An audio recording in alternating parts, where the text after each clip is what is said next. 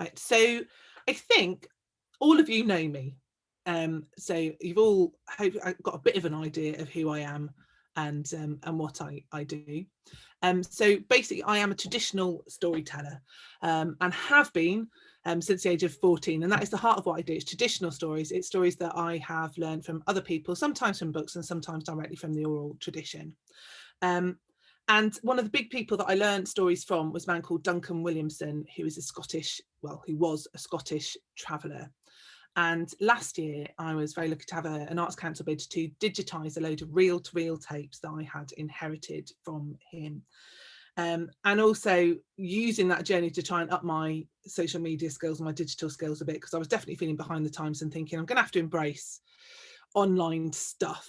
And if I'm going to do it, I'm actually not that interested in the whole just holding a cup of tea and going, here I am outside my gig side of things.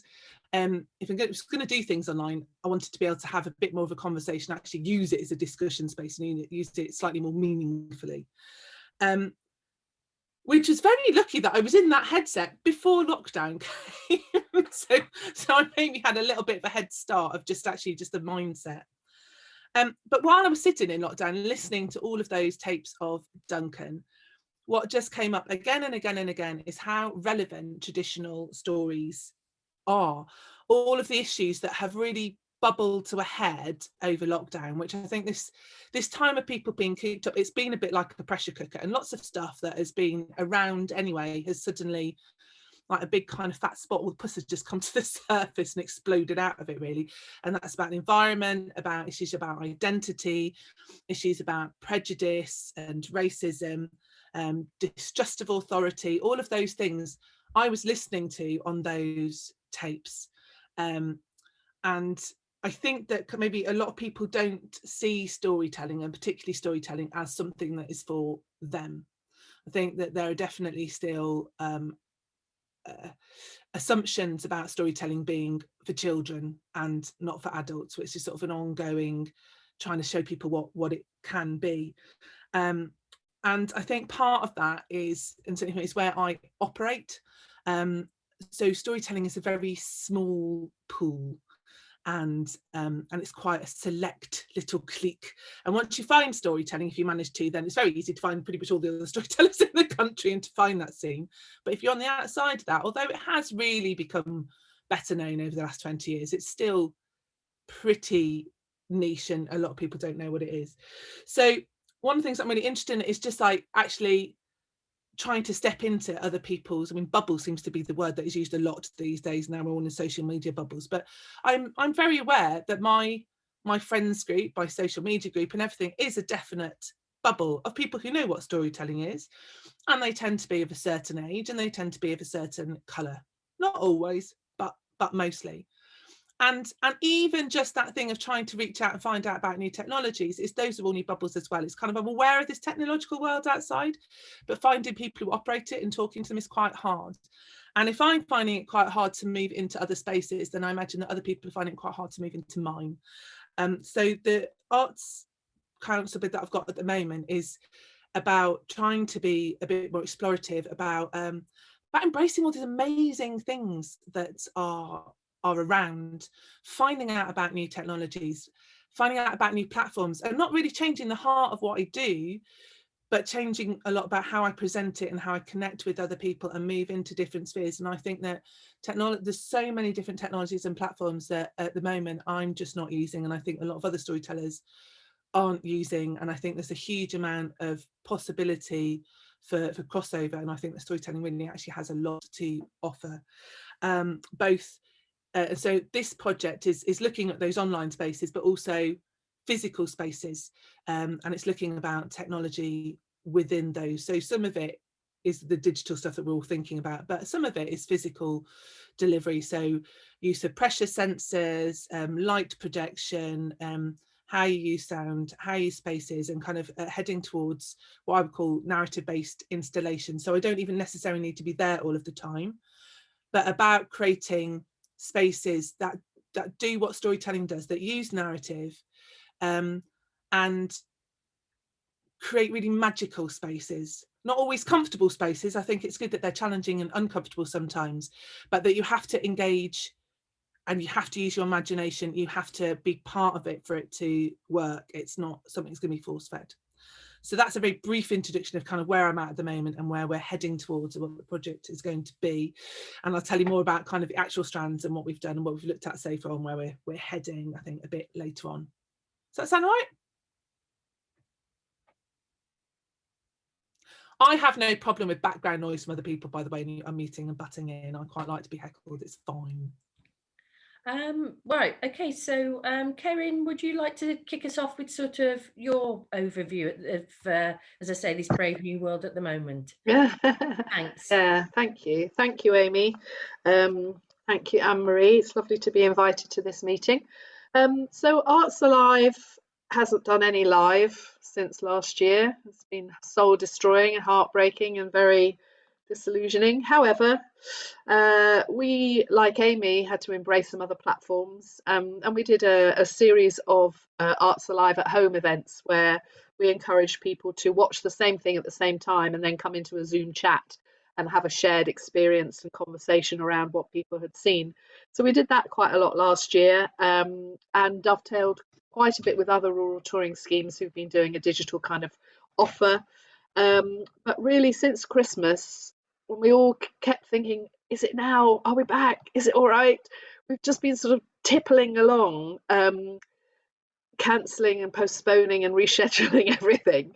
However, the light is firmly on now at the end of a short tunnel, and I'm delighted to say that there will be a live performance at Clungunford Village Hall on the 25th of June. A visiting improvisation comedy company from Birmingham, Box of Frogs, are going to be doing a gig. We will then be having some more live events in July and August, a little summer festival of stories and song, which Amy is contributing to, thank you, in July. And then a few more bits and bobs with some promoters that are keen and ready and yes, desperate for something live up through and into August. However, a lot of our promoters have had halls that have been shut for a whole year, and are not ready to reopen by any stretch of the imagination. Most of our audience, it was really interesting hearing Amy describe the demographic of the storytellers. Our promoters are also from that same demographic, all of a certain sort of age and a certain sort of colour, a certain kind of background. And understandably, they're mostly in vulnerable groups. So until everyone's been vaccinated, I think they're not feeling very confident about reopening their doors and holding events that are not socially distant. If we have events which are socially distant, our promoters will never make any money from them because we have to have such a small audience. So that's not really an option. We are looking at models where we might have 2 shows in one day with a smaller audience both times, which will allow the same kind of amount of people to ultimately see the show. But that would be twice the cost, obviously. For the first time in its life, Arts Alive is having a virtual promoters season selection menu launch this coming Saturday. So in this Zoom platform, just like this, we've got 55 promoters coming together to see some live excerpts and some video trailers of a programme of a whole range of performances that I've put together as a selection for autumn 2021 and spring 2022. I can't really imagine that we're going to be probably back to normal business, if there will ever be a normal, until the beginning of 2022. I know that Boris, his roadmap is optimistic and ambitious, but it's only going to take a few people from the UK to nip across to France and buy their Christmas beer to then come back and then offset things and make everything go terribly wrong again. So we are cautiously optimistic about the shows that we're going to be doing now, but we hope that the autumn season will be back to some kind of regular pattern of shows across Shropshire and Herefordshire. I think just a couple of other things, if I may. Am I too long? Do I need to shut up, Anne-Marie? a tiny bit longer. Okay. I think there has been some very positive things to come out of this year, and that is particularly the way that everyone has started working jointly, much more joined up working, much more talking to each other, not being so precious about ownership. And actually everybody that's in this meeting now is in that camp anyway. But I have noticed that has definitely been a sea change, which I think has been really good. I won't say any more, but thanks very much again for inviting me to be part of this. Thank you. Thanks, Karen, for that. And sorry that it is such a short time, but obviously Zoom fatigue as much as anything. But also, I think sometimes saying it succinctly really gets us focused on, where we are. So I'm going to hand over to Moya now, please. Hiya, thanks Anne-Marie, and thanks Amy, thanks for inviting me today. I'm a freelance creative producer, and over lockdown most of my work time has been taken up with a project called the Boundary Way project, which is based in Wolverhampton, and I think that's why I've been invited along today. We're an arts and heritage project. We're based at an allotment site. We're in a lovely location. We're on the edge of the city of Wolverhampton, but we look across to Shropshire and South Staffordshire, so it's very much where the urban environment and the rural environment meet. We've existed as a project since around 2015, and since then we've with the support from various lottery funding, including Arts Council and Heritage, we've explored our site in different ways by engaging with artists, historians and scientists to explore our natural heritage. Our work's really developed because we're not just an allotment. So we've got a community garden which was developed 20 years ago with the purpose of being a performance space and an education space for the local community. When I first was involved in the project, these things have been neglected with various funding cuts and kind of lack of support from the local council due to shortages of funding. So by actually connecting with artists, it's rejuvenated the space and put us in a really good position to, I suppose, support cultural activity, but linking with supporting our environment and local community.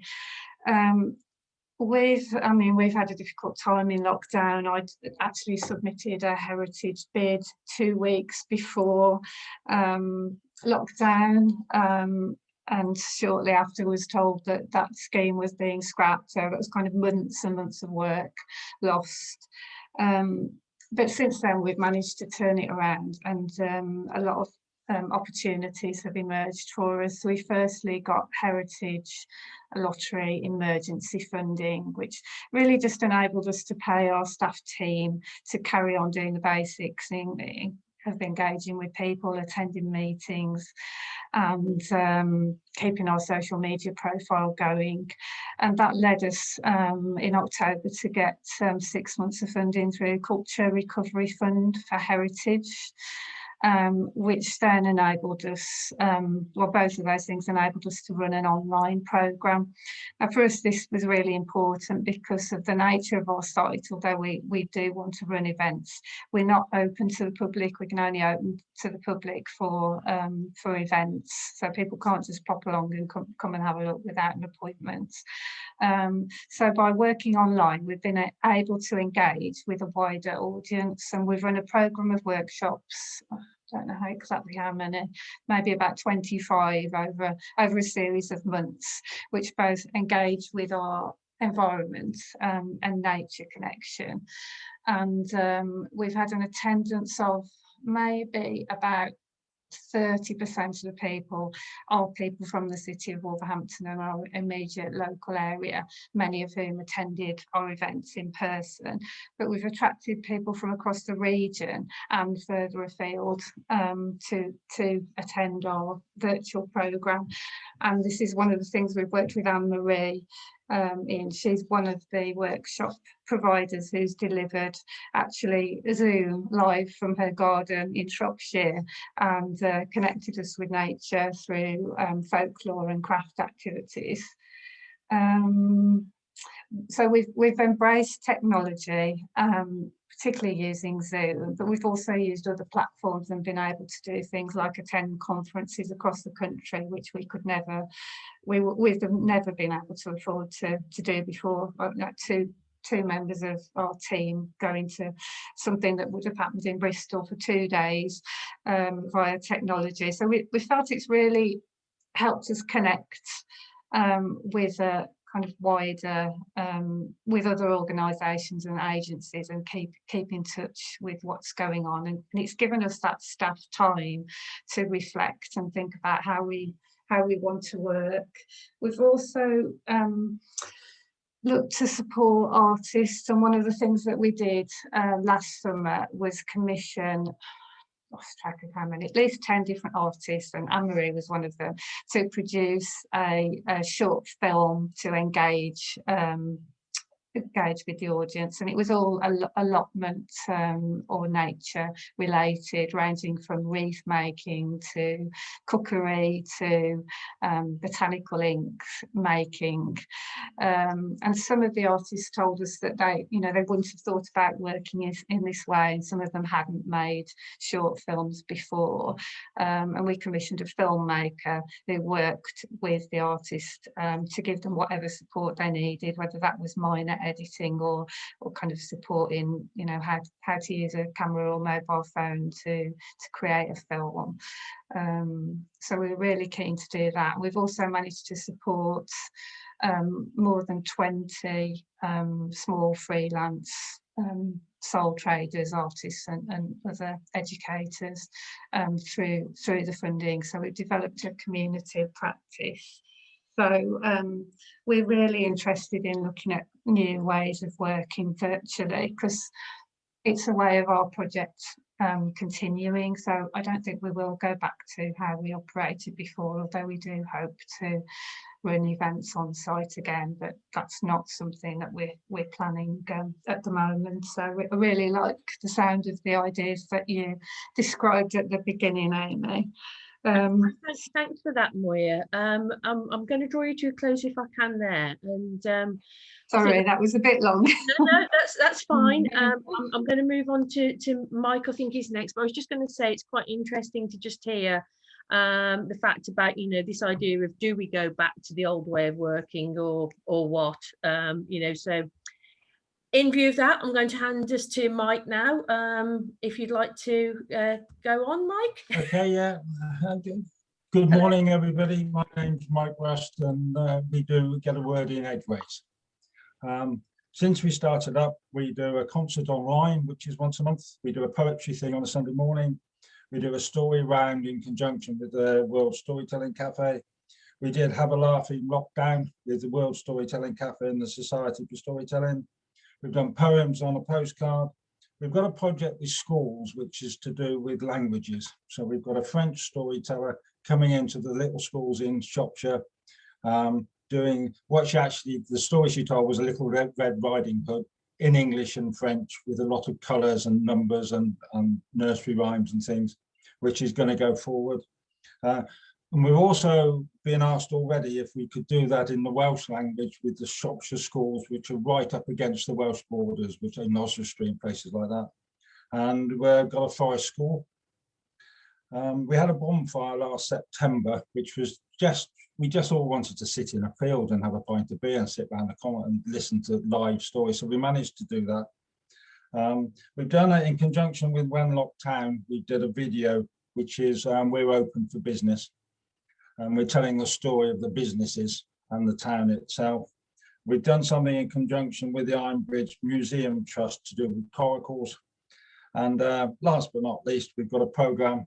What I really wanted to do, and this one actually did come from me and not for the rest of the people around us, is to offset the carbon footprint. And you don't hear much, because of the pandemic, you don't hear much at the moment about climate change. It's all sort of, in my world, it's all petered down a bit. So we're in conjunction with some local farmers, we're planting trees in the hedgerows and replanting hedges and things. Now, I don't know if I can do a screen share. Can I actually do a screen share? Yeah, am I allowed to do that? Yes, I might just need to give you permission, but yeah, well, if you can. I've got a lovely photograph I wanted to show you. What there? Yeah, can you see that? There. Yeah, that's. I'll knock it off again now, but that's what we're doing, and there's about 10,000 plants going in across the Apedale. So that's what we're doing. Looking forward, which is what I really wanted to come to. But our Get a Word Online concert used to be free, and we went for £5 a ticket with concessions to £3. And when we took that decision, looking back on it, we were very, very UK orientated. And what we're finding is with the Zoom stuff is that it's not geographical. No, we get people that are coming from Africa, a lot of the Americans come, or Nambia for all sorts of reasons, and a lot of Romania and Bulgaria. And if you go to the African places like Marrakesh, for instance, which is where the world's storytelling cafe is based, £5 is a day's wages. Now, for a tradesman. Now, if I get a plumber in Shropshire, he's 150 quid a day. So what we're actually, to some of these countries, we're charging 150 quid or the equivalent of to come into one of our concerts. And it's these things that we're having to learn as we go along, because we don't, you know, a year ago, up to about a week, I didn't know what a Zoom meeting was. This is the second one I've had today. And it's just changed the world completely. And the other feedback we're getting, particularly from all platforms now, and I'm sure this is going to come out here today, is that people who are not able to travel for whatever reason, whether they're medically unfit or they're mentally disabled, or they just didn't go out very much, they are thinking the online stuff is wonderful. And we're already getting messages back saying, when everything opens up, apparently Boris Johnson's getting married on the 21st of June, by the way. That's why he's picked the day that's opening up everything. If you didn't know, he's having a christening as well at the same time. You get 2 for 1 nowadays. To keep that side of it going. We're having conversations yesterday with the guys from Marrakesh. And we've got, I'm just going to chuck something out for you, Anne-Marie. The fire station in Much Wenlock isn't a fire station anymore. It's a community hub, because it's a brand new one and they got the funding for it from the Heritage. And one of the things they have to do is to reach out to the community, which as far as I'm concerned is brilliant because it's free. It's also got a lecture room with 16 seats in it and the biggest TV screen you've ever seen in your life.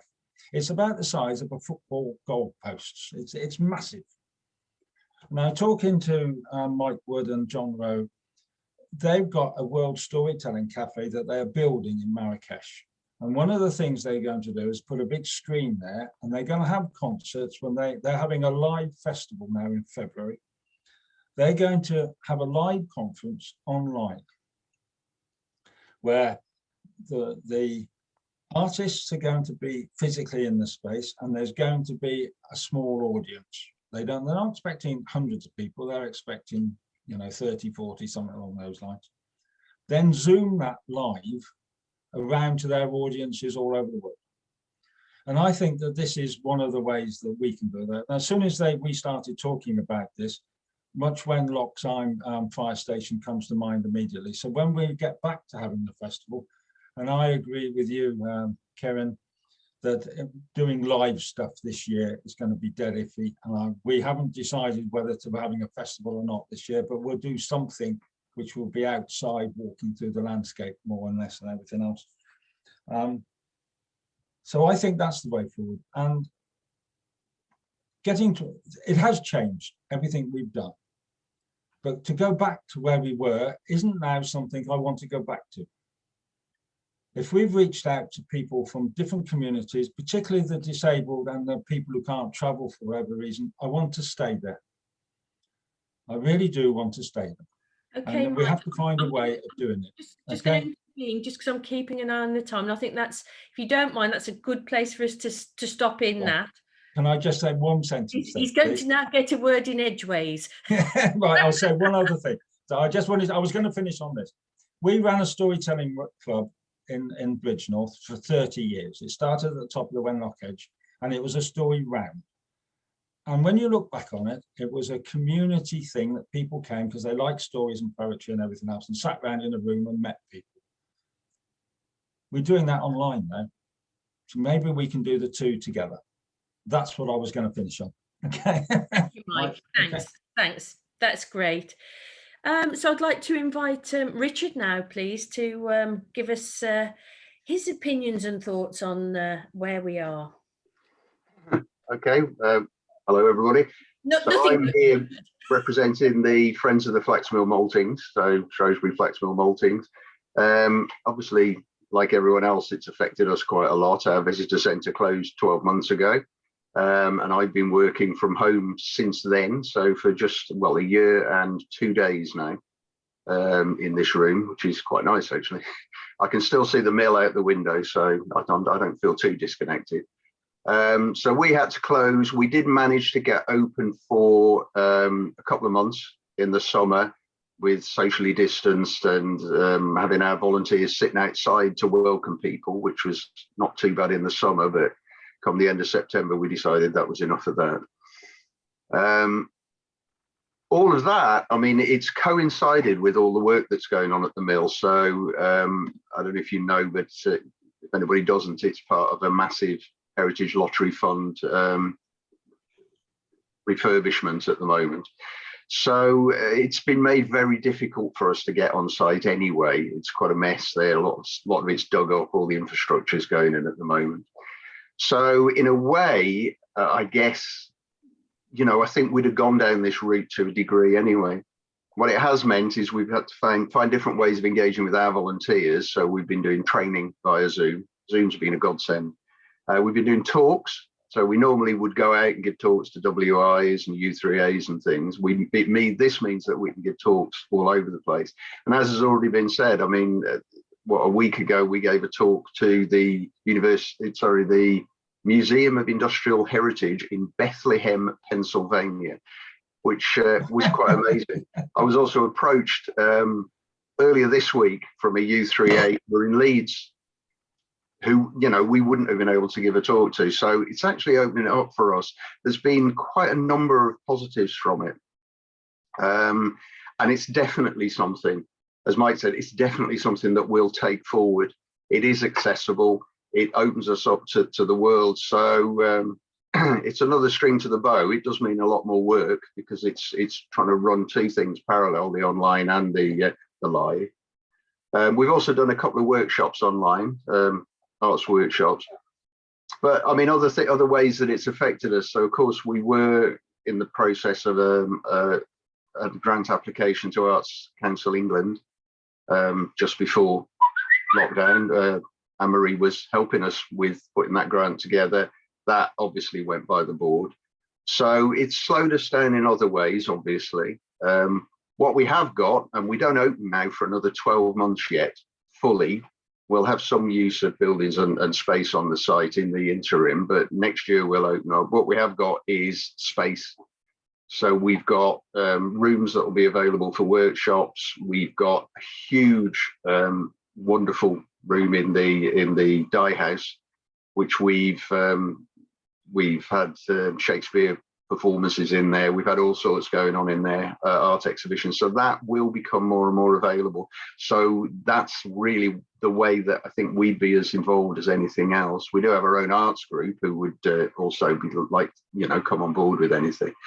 But the fact that we've got this space, and it's, I mean, the dye house is big enough that social distancing just, you know, you could easily get 50 people in there and remain comfortably socially distanced. So yeah, I mean, I think I'll stop now. Great, thanks for that, Richard. And yeah, the dye house is the most amazing space. Yeah, absolutely. So I think it's Naomi now, and Naomi, you're going to have two hats on as both Adverse Canberra and Beyond the Border. So thank you. Okay, so yeah, Adverse Canva first. We're a Derbyshire-based production company that work exclusively with storytelling and music. But we have two kind of strands to our work. One is commissioning and producing and touring shows to rural touring festivals, art centres. And the other strand is working with children and young people in care from across Derbyshire. And we've been doing kind of both of those for the last few years. And the impact on the work with young people was quite dramatic in that we work with young people's mentors who work with them and then engage in projects with us. And that in-person connection with the young people, when that wasn't possible because the mentors simply couldn't get to young people and meet with them, the work was really, really compromised. And we tried to move things onto Zoom, and some things worked better than others. But those young people's lives were so impacted by all the change and the lack of personal relationship that it was really, really difficult to keep progressing. And we have done amazing things over the last year with those projects. I think it's really important to just reality check on digital work. That obviously being in a pandemic is different to if you're not in a pandemic and you can do digital alongside, but there are some things that you just simply cannot do unless you can get people together, and it's important to remember that, I think. Our touring work was similarly curtailed, like several of you. We had a bid in oh gosh, goodness, go away, that got curtailed. But we have continued to work with storytellers and produce things and get things out. From here on, we had a really great project which we tried to do online as a sort of live piece, and then it just became too difficult for a number of reasons, and we went to just working with audio, but also working with the post. So we produced these little box sets which went to people in the post, which are really lovely, with postcards and download codes. And then they went online to hear stories and music, and came to a Zoom call for a Q&A. And that sort of approach, I think, of sort of physical things as well as digital things worked really nicely. We've got two shows which we're working on at the moment that are international collaborations. And again, because we can't travel, being able to actually collaborate creatively online and then look at, well, what can we create that is beyond the Zoom storytelling experience? That's what we're looking at the moment. And yeah, it's all very challenging because, like Richard said, I think you do end up, sorry, my cat's going to appear now. You do end up having to do everything sort of twice or three times, and you still only have the staff and the resources that you have or don't have, because it's really, really hard to get funding. But just on one positive, before I turn to Beyond the Border, is we've done several sort of live stream Zoom based, sorry, she loves Zoom because she doesn't get to see people otherwise. Yeah, we've done several live stream storytelling events, and the one I'd particularly mention was one with Tim Ralphs. It was his concept where people had candles that they blew out during the course of the event, and it really did create a feeling of everybody being there together, because we were all watching each other blow out those candles at the same time as hearing absolutely brilliant storytelling. And financially, that worked really well as any of our live tours have done, in that all the artists got paid well for that, and the company was able to take something as well. And we had a different ticketing model than we would normally use, where we had some free, some low cost, some for people to opt to pay a bit more. And people were very generous with that. So yeah, like everyone said, there's loads of positives, but also there are some things that you just miss with people being able to get together. Okay, so I've checked, I think I'm on time. Beyond the Border.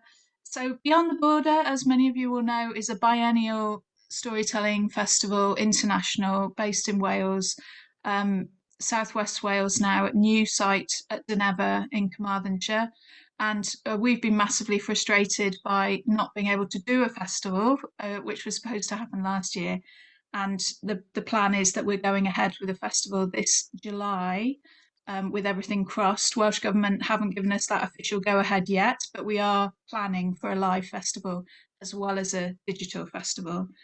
And yeah, we went online at the time when we should have done our festival and did an event called Reimagine Online, which was a mix of pre-recorded and live Zoom storytelling. We had a really great technical team to support that because we had artists zooming in from all over, so the sound was really good and the quality was as good as we could possibly make it. And we've continued to that, doing live events, a mix of pre-recorded and live events. And we've just done 2 in March that were really successful in different ways and trying different things. But we've also been really exploring like online creative space. We had a series of speculative spaces, they were called, which were Zoom meetings, but with artists invited to come and share and debate on particular topics, looking at heritage, identity, environment, and digital tools. And then we went into a kind of explore phase where we asked groups of artists to kind of come together and create a sort of prototype new thing. And some of those new things are going to be part of our festival this year. We've been exploring storytelling and film. And I mean, Amy will know all about this. And we're constantly inspired by what artists are doing and the exciting ideas that they have about how they want to use digital technology. So we're trying to kind of support those as best we can. And the other big success for us, which we're definitely continuing with, is international and national Casgli. Casgli is the Welsh word for gathering, and it's a regular kind of Friday morning session where storytellers can get together online for an hour and talk about the issues that are coming up for them. And it's a kind of combination of a provocation and then breakout rooms where people get to discuss in more detail and then come back together and share what they've been talking about. And we recently got some funding from British Council to work with 3 African countries. And we've had our first international meeting with storytellers from South Africa, Ghana, and Kenya. We've got our next one coming up. And we're really keen to keep those conversations going as kind of creative discussions that we can have across national borders, which seems so important for us all to kind of learn from everybody else's experiences and perspective. And then, yeah, for the festival itself, we're planning this sort of hybrid, and like lots of people are talking about hybrid, and I think it is genuinely fascinating what you can create that is different, rather than just trying to replicate what you would want to do live.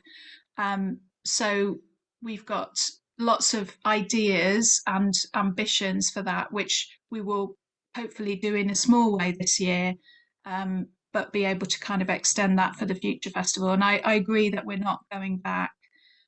We're going to embrace digital working for the future for sure, but it will be really wonderful to be able to actually do both rather than just being restricted into digital only.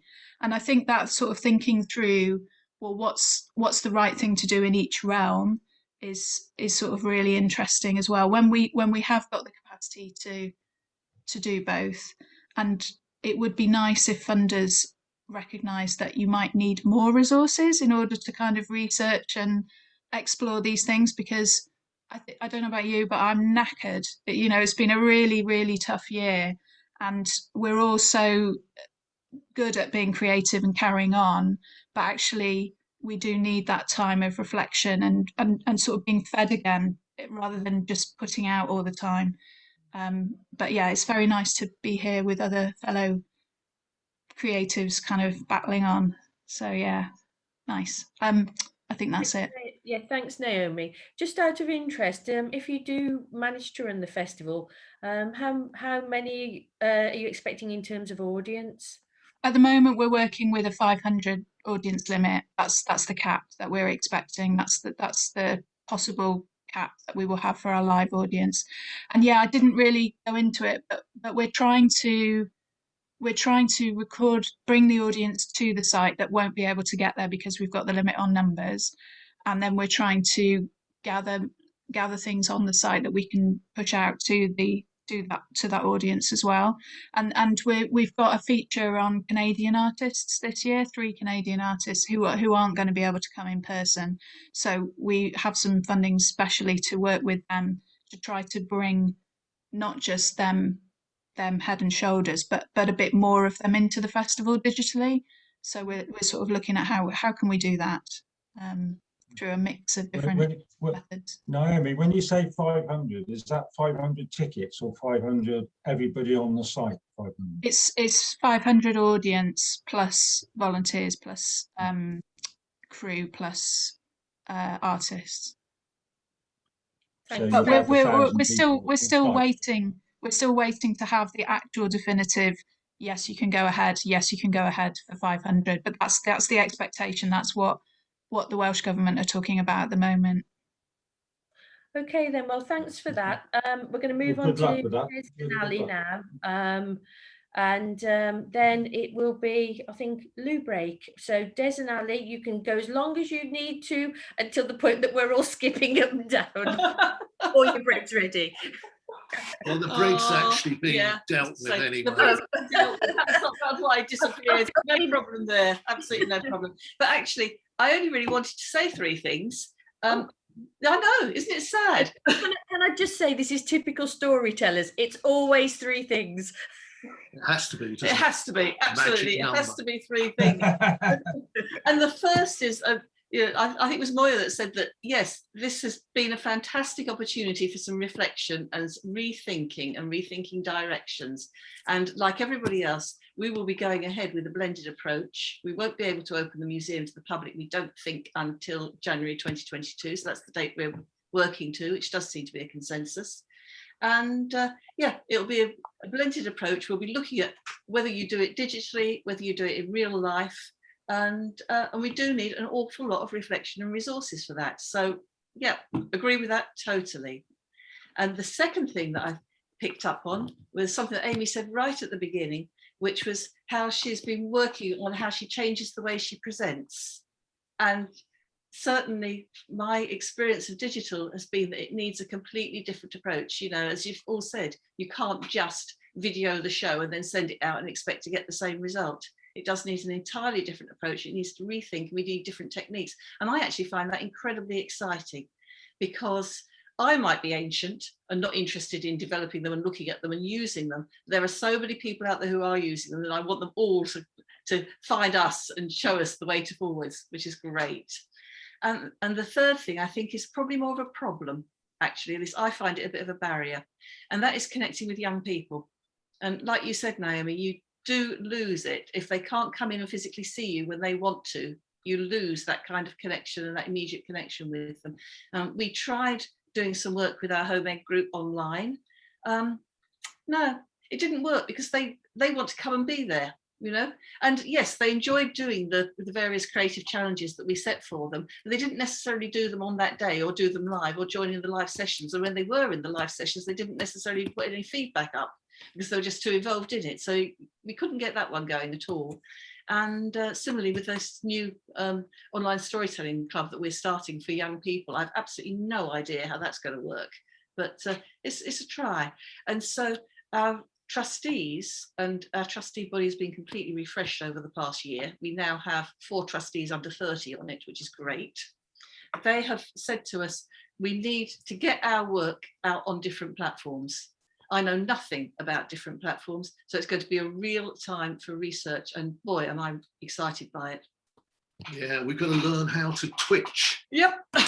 Which, you know, getting to our age, you twitch automatically, so that's fine. But apparently you have to do it live, not in the sort of dead fashion I manage. But there we go. Yep.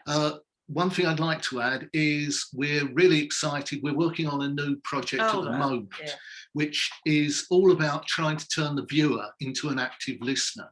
Storytelling needs listeners to be able to be part of the creative process.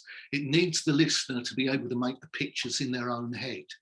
The problem with the screen coming in between us and our listeners is not only that time delay, it is bringing up the glass curtain again. So what we're trying to do with some of these films of storytellers telling stories audio-wise, but with visual inputs accompanying them, is trying to turn the listener into trying to turn the viewer into a listener again. So almost using those pictures that we create up on the screen as triggers for pictures in the listeners' heads. So to keep them involved in the creativity. And we don't know how that would go. It should all be happening, or all be up online by the end of July. So it'll be interesting to see what you will think of it.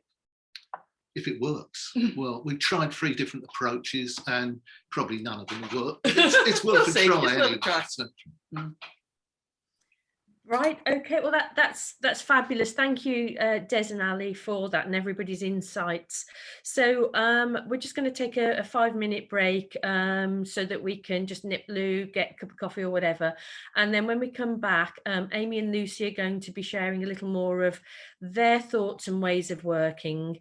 And hopefully at the end of that, we might have time to have a little chat with each other just to comment on what we've all been saying or anything else. Okay, so if we sort of say it's about 20 past by mine, so should we say about 25 past-ish, something like that? Is that okay? 5 minutes, okay? What time do you think it's going to finish altogether? 12 o'clock, definitely. Okay.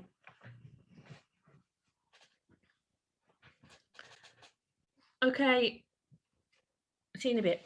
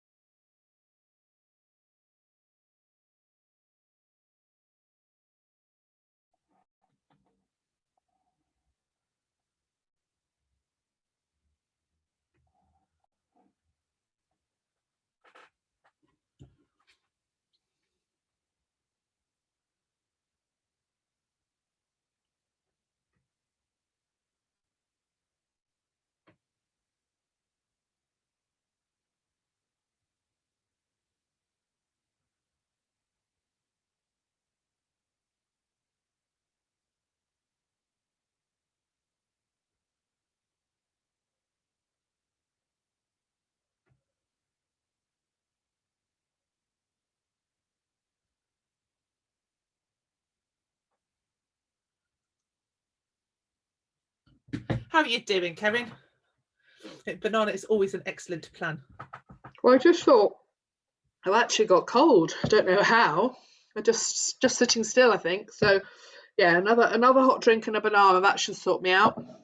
Yeah, no, I'm fine. And there's, you know, some nice little tables turning. So like I've been able to visit my uncle at Stonehouse last week and this week. So that feels great. Yeah. Yeah, so I do feel like, yeah, with this coming of spring, there is some change in the air, isn't there? Which is wonderful. I think we're all really, really ready for spring. really ready. It's cold, isn't it? Whew. Yeah. Yeah, I was just saying that, Anne-Marie, I've